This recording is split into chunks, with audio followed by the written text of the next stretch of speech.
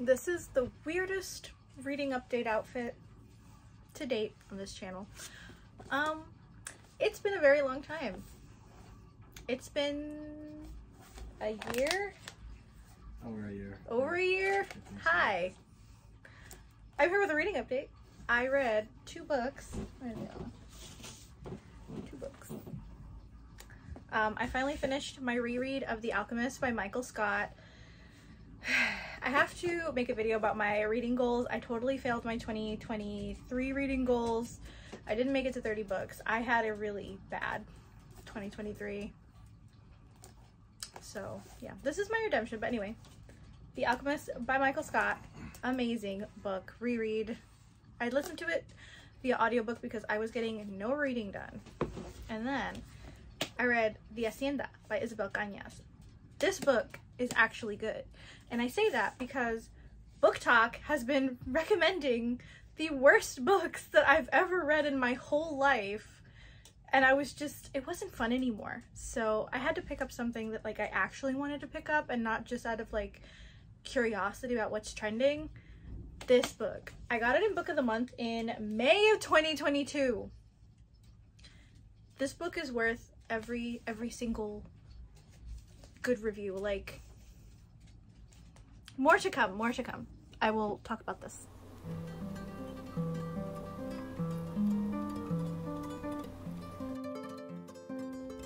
Hi.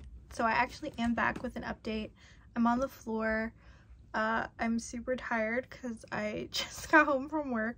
So if I look exhausted, I am. Anyway, it's been a long time. How are you? How are you guys? I actually have done some reading after what is like the worst book slump I think I've ever been in. Like, I just did not enjoy reading last year. I don't know if it was because I was trying to kind of keep up with what Book Talk was talking about, or like experiment with some really popular Book Talk books, and they just weren't hitting for me. And I feel like I was just really not feeling it. Like, I wasn't really like reading for myself or something. And I feel like this year I'm doing what I want to do, and I feel a lot better about my choices. So let's talk about what I've read so far and what I plan on reading next. Okay, I had to whip out the glasses so I could actually see what I'm talking about. But the first book I actually read for this year is The Alchemist by Michael Scott. I was going to say The Magician, but that's actually book 2. I've read The Alchemist by Michael Scott. I listened to it as an audiobook because I just couldn't sit and read. Like, I just wasn't feeling it. And I was like, well, I might as well do something else that works. So I listened to the audiobook, and it was a lot of fun. I especially like listening to the audiobooks when I'm doing like gem paintings. It helps me do the painting. I'm doing a Starry Night painting right now, and it's really time consuming, and the only way like I can sit there and do it is if I'm listening to an audiobook. It's like being debuffed or something. So I read The Alchemist by Michael Scott. And then I read my all-time favorite book of the year so far, which is The Hacienda by Isabel Cañas. I have so many strong feelings about this book. I absolutely love this book. This book is phenomenal, and I'm not going to shut up about it.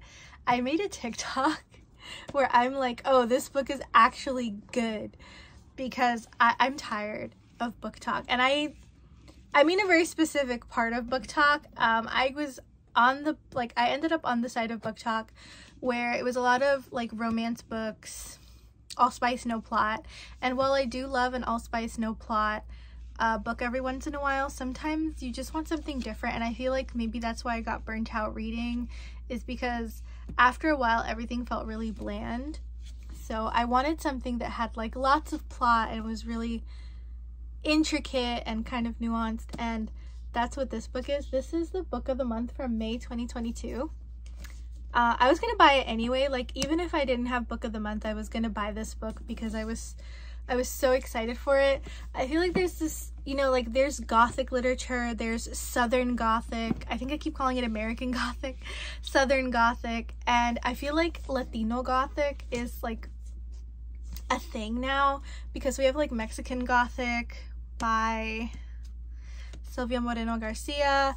We have the Hacienda, which this is a horror slash suspense, but it's very much a gothic novel, and it's so good, and I'm absolutely living for it. Like, I love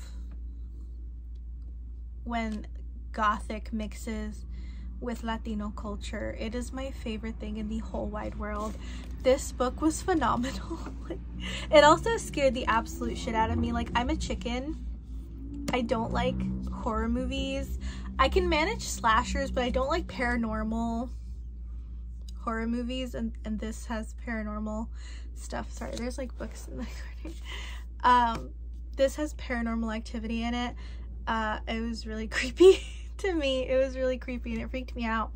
But this book is just, it's so nuanced. Like, the author, she's not striving for like 100% historical accuracy, obviously, but she's also doing just such a great job talking about like how religion interacts with culture and the difficult decisions people make, and just all these amazing things.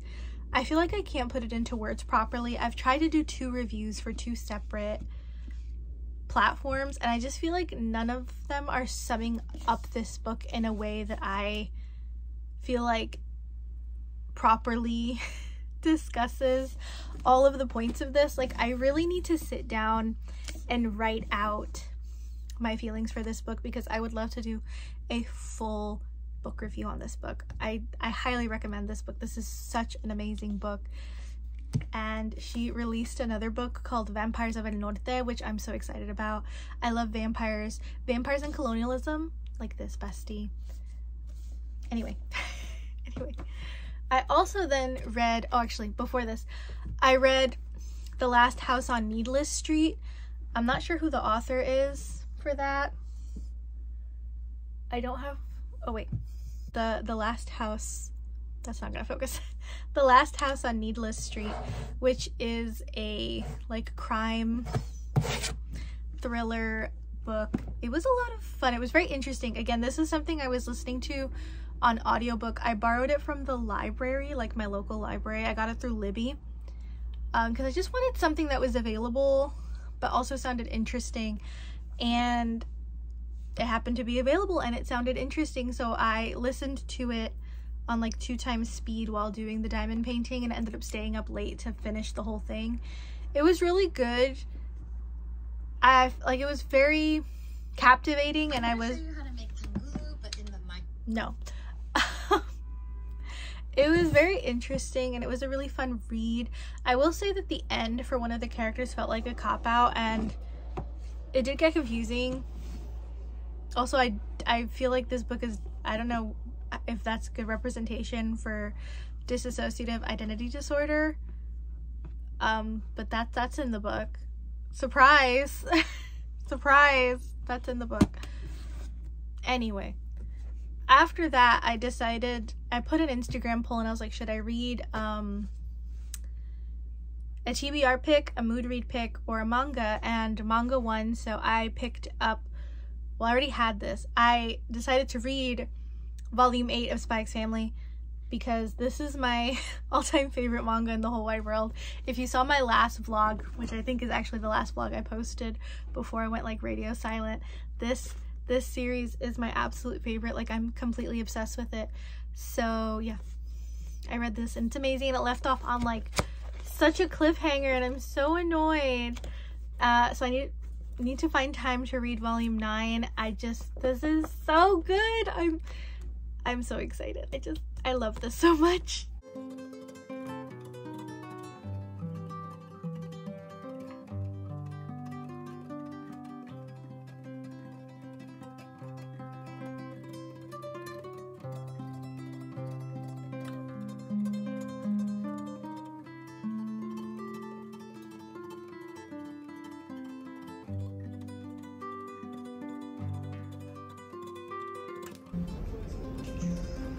Hi, cutie.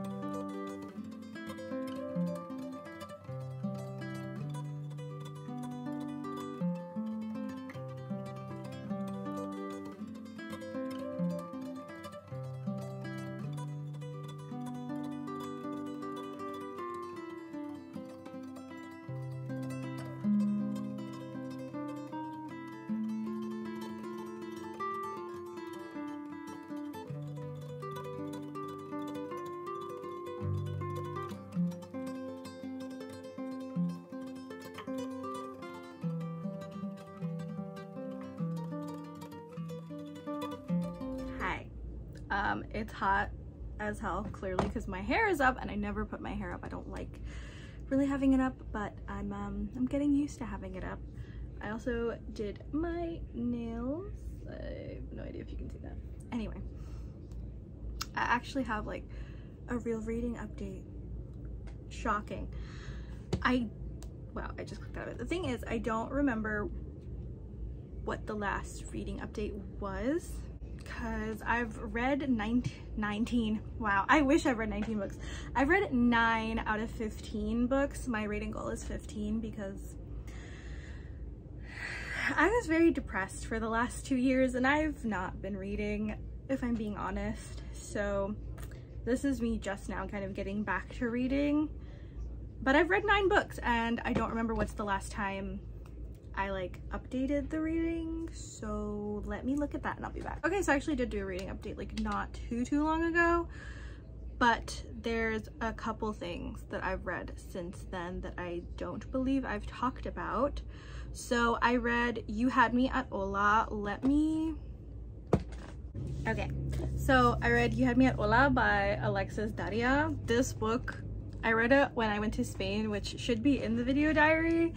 I went to Spain. I went to Madrid, Spain, and it was so much fun. I went with my boyfriend and it was great. I haven't been to anywhere in Europe aside from Ireland back in 2019, and I really wanted to go. I got a really great deal on the tickets as well, which was great, and we got to stay at like, I think it's like a 4-star hotel or something right in the city center. It was great. But I bought this book with me on vacation.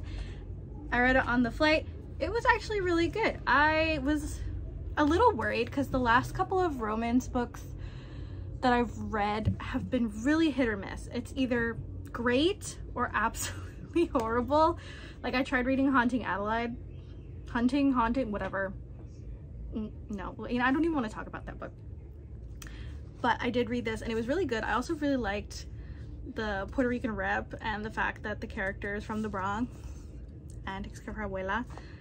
It's really good. It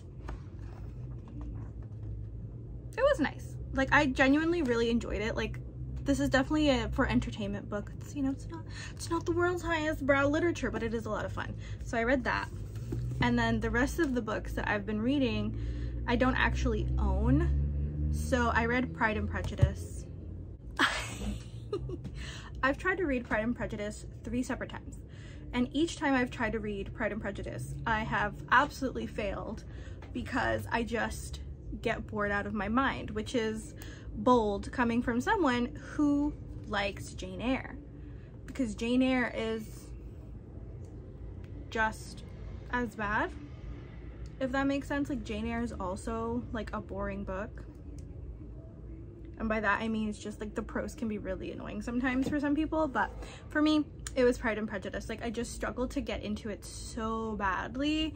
To be fair, I was a lot younger. I was like 12, 13, 14 when I tried, and it just didn't really stick with me. But I am in a book club on Instagram with some Bookstagram friends, and they picked Pride and Prejudice. So I was like, okay, this is it. This is my chance to finally read Pride and Prejudice. I did it. I read Pride and Prejudice. It was amazing. Okay, you guys win. All you Pride and Prejudice girlies, you win. It was amazing.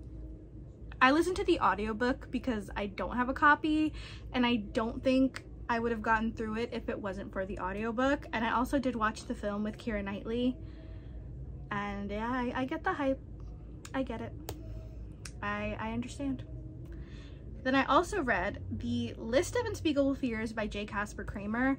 This is a middle grade book that I discovered when I was doing something for my master's program. We had to talk about books that are good for different diverse circumstances, and this one was for grief and the impact of grief on like young children.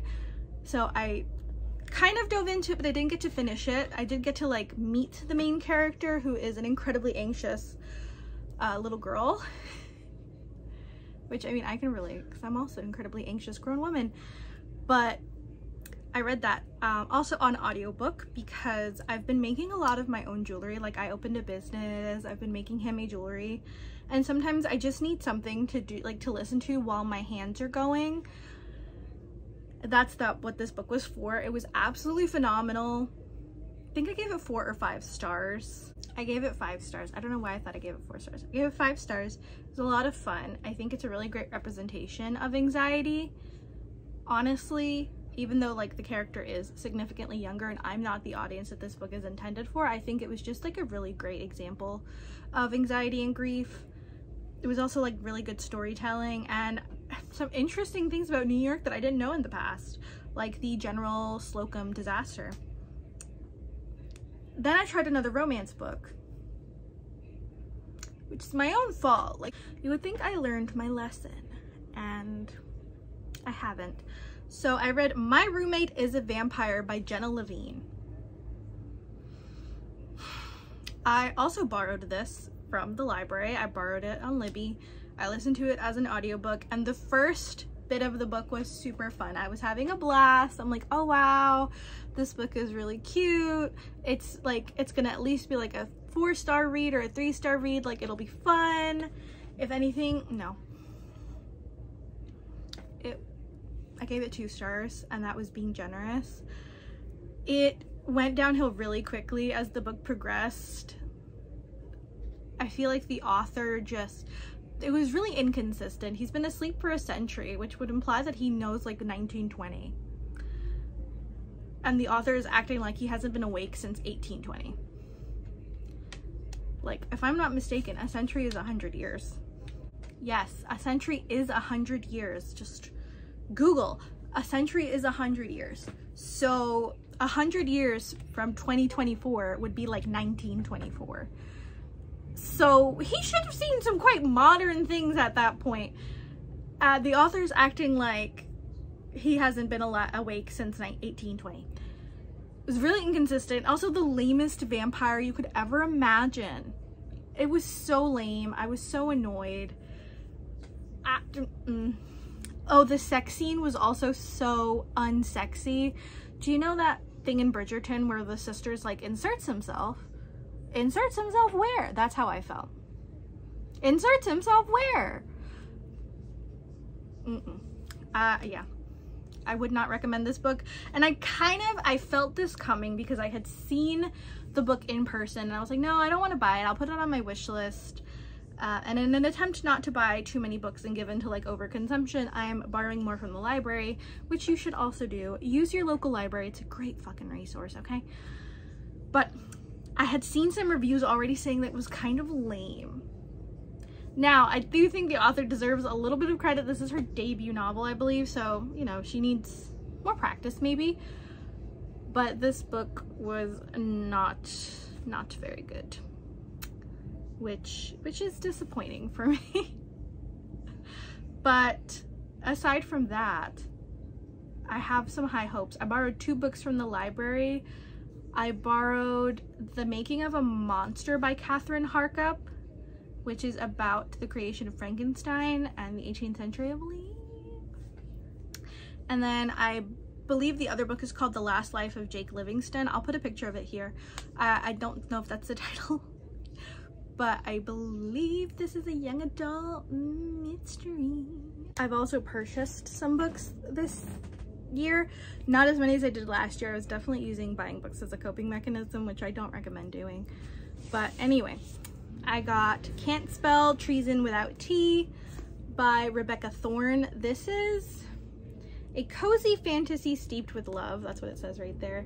I found this at Barnes & Noble and I thought it sounded really cute, and I've wanted to kind of get into more cozy fantasy because it seems like a fun way to read fantasy that's not as bad as getting into high fantasy, which I do want to get into more high fantasy, especially after playing Baldur's Gate because I'm obsessed. But I am afraid of big books right now, so cozy fantasy. Of course, well, my boyfriend got this for me. He gifted me a copy of Pride and Prejudice, and this copy comes with little extra things in it, like the letter, the invitation, just fun stuff. I do hope to one day read Pride and Prejudice again. Like I said, I really enjoyed Pride and Prejudice. I don't know why it took me so long to read it, but Pride and Prejudice. I've also been on like a really big goth book kick because Gothic type books are superior in my opinion. So I got Diabola by Jennifer Thorne. Why did that sound familiar?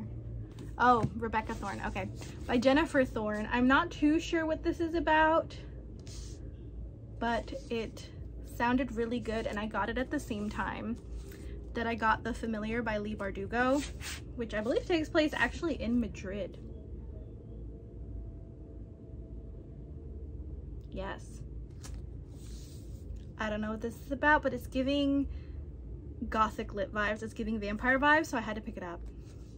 I did know what it was about, but it's been a little while.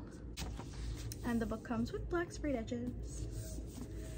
While I was in Spain, I also picked up some books. I picked up 2 books in Spanish. Can I just say that Spain, like, Europe is getting spoiled with covers. I think the European covers are really nice, and European paperbacks, at least the Spanish ones, are absolutely amazing. Like, this is a paperback, but it's a lot thicker than an American paperback. This is El Arte de Ahogarse, The Art of Drowning by Ava Reed. I have this book on my TBR in English, but I saw it when I was in Spain, and I was like, you know what? I need to read more in Spanish. I speak Spanish. My father speaks Spanish. I know how to read and write in Spanish, but I can admit when I'm getting a little rusty. Also, this says #DarkAcademia on it. That's funny. But El Arte de Ahogarse. Ahogarse. I always mispronounce it a little bit, but I do want to read this, and I think actually I kind of want to dive into this now, but I have so many books on my TBR. Like I said, I need to brush up. My vocabulary is a bit limited to what I use the most in speaking to my family and stuff, so, but yeah. And then I also found a romance book, and like I said, the cover is so cute. Like, look at that. This is Gwen and Art Are Not in Love. Gwen y Art no están enamorados by Lex Croucher. Gwen y Art no están enamorados. Why was that so hard for me to say all of a sudden?